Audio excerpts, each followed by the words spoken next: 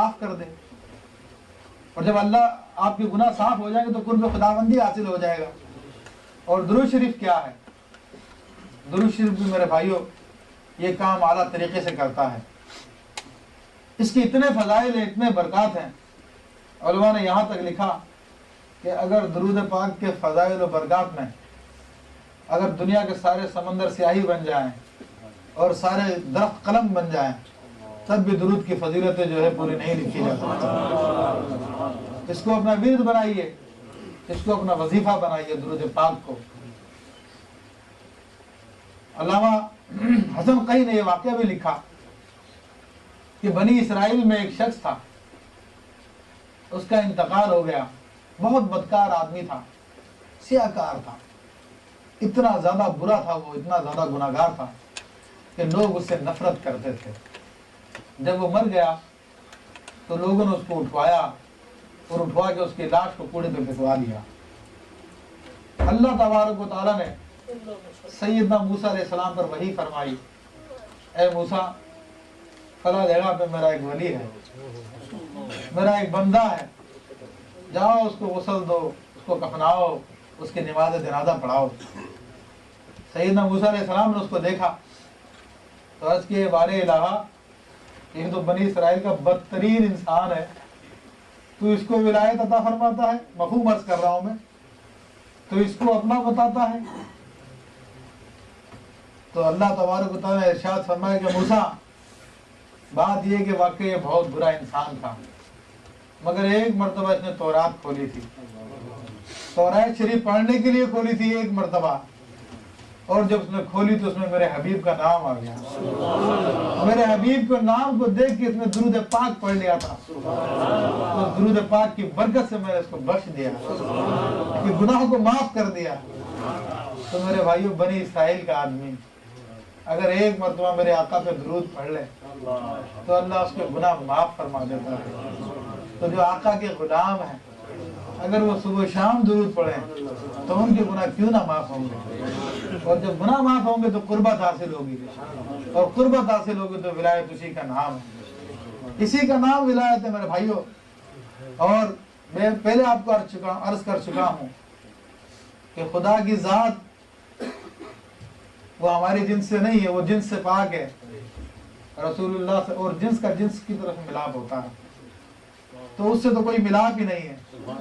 جس طرح کہ لکڑی لوہے کا ملاپ نہیں ہوتا، ان کو جوڑو تو نہیں جڑیں گے آپس میں. اللہ نے اپنے حبیب علیہ السلام کو نوع بشر میں بھیجا اور بشر کے روپ میں بھیجا، بشر بنا کر بھیجا.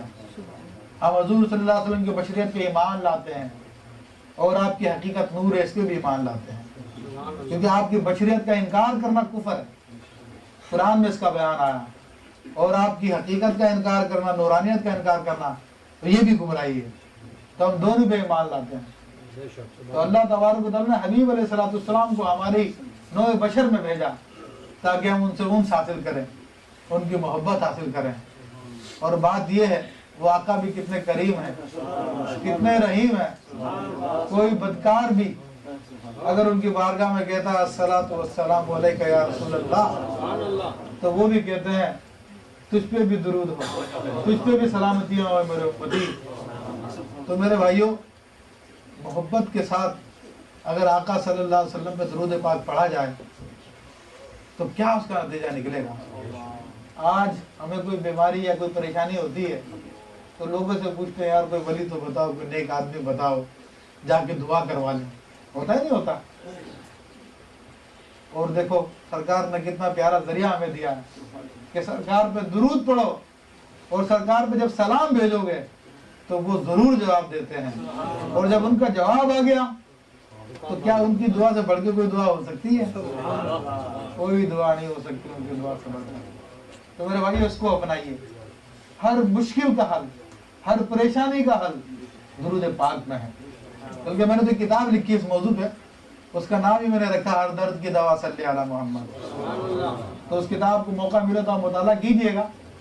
تو بات یہ ہے کہ سرکار دو عالم صلی اللہ علیہ وسلم کی بارگاہ میں قربت کی کوشش کی جائے اور ایسے لوگوں سے رابطہ رکھا جائے جو رسول اللہ صلی اللہ علیہ وسلم سے محبت رکھتے ہیں اور جو صرف توحید کی بات کرتے ہیں اور میرے لیے اللہ کافی کا نعرہ لگاتے ہیں تو ان لوگوں سے بچا جائے. ایسے لوگوں کو تلاش کیا جائے جو کہیں کہ میرے لیے اللہ اور اس کا رسول کافی ہے. تو انشاءاللہ جب درود شریف کو آپ اپنائیں گے تو انشاءاللہ وارے نیارے ہو جائیں گے. میرے بھائیو اس کی برکتیں اتنی ہیں, یہاں تک علماء نے لکھا کہ جس نے زندگی میں ایک مرتبہ بھی درود پاک پڑھا وہ بخشا جائے گا. اور یہاں تک لکھا کہ جو شخص کثرت سے نوافل اور کثرت سے روزے نہیں رکھ سکتا تو وہ رسول اللہ صلی اللہ علیہ وسلم پہ درود پاک پڑھ لے. اس کا یہ درود پاک پڑھنا یہ کثرت سے نوافل والے اور کثرت سے روزہ رکھنے والوں سے بڑھ جائے گا. جو میں آپ کو بتا چکا ہوں کہ ولایت کی حدیں یا قربتیں وہ سرکار صلی اللہ علیہ وسلم کے قدموں تک ہے, اور جو چیز سرکار کے قدموں میں پہنچا دے وہی سب سے افضل ہے. تو اس درود پاک کو اپنائیے, مرشدان کامل کے ہاتھ میں ہاتھ دے کر اس طریقے کو اپنائیے. انشاءاللہ تبارک و تعالیٰ سارے کے سارے معاملے درست ہو جائیں گے. بہرحال میں زیادہ تقریر تو نہیں کرتا, علماء کرام نے تشریف فرما ہے, دل کی بات تھی وہ میں نے آپ کے سامنے بیان کر دی ہے. تو جس ولایت کے فضائل سنتے ہیں تو میرے بھائیو اللہ نے اس کا راستہ بہت آسان رکھا ہے, اللہ نے اس کو بہت آسان کر دیا ہے. بس بات یہ کہ حبیب کی محبت دل میں ہو.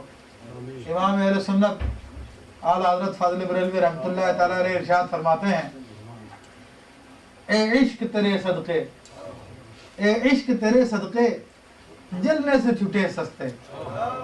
بات یہ کہ جہنم کی آگ ہے نا, جلاتی ہے وہ, تو عشق بھی ایک آگ ہے. یہ عشق کی سرکار کے عشق کی آگ لگا لی جائے تو اعلیٰ حضرت نے بھی یہ آگ لگائی ہوئی تھی, عشق کی آگ جگائی ہوئی تھی. تو فرماتے ہیں اے عشق تیرے صدقے جلنے سے چھٹے سستے, وہ آگ لگائی ہے جو آگ بجھا دے گی. تو اس آگ کو پیدا کیجیے, اس عشق کی آگ کو پیدا کیجیے اور اس عشق کی آگ کو جگا لیجیے, تو انشاءاللہ دنیا کی محبت بھی نکل جائے گی. میرے بھائیو میرا مشاہدہ تو یہ ہے کہ غیبت, گناہ, حسد اور یہ دل کی جو بیماریاں ہیں 40 امراض جس کو علماء نے بتائے ہیں, جب تک یہ دل پاک نہیں ہوتا تب تک رب کی معرفت حاصل نہیں ہوتی.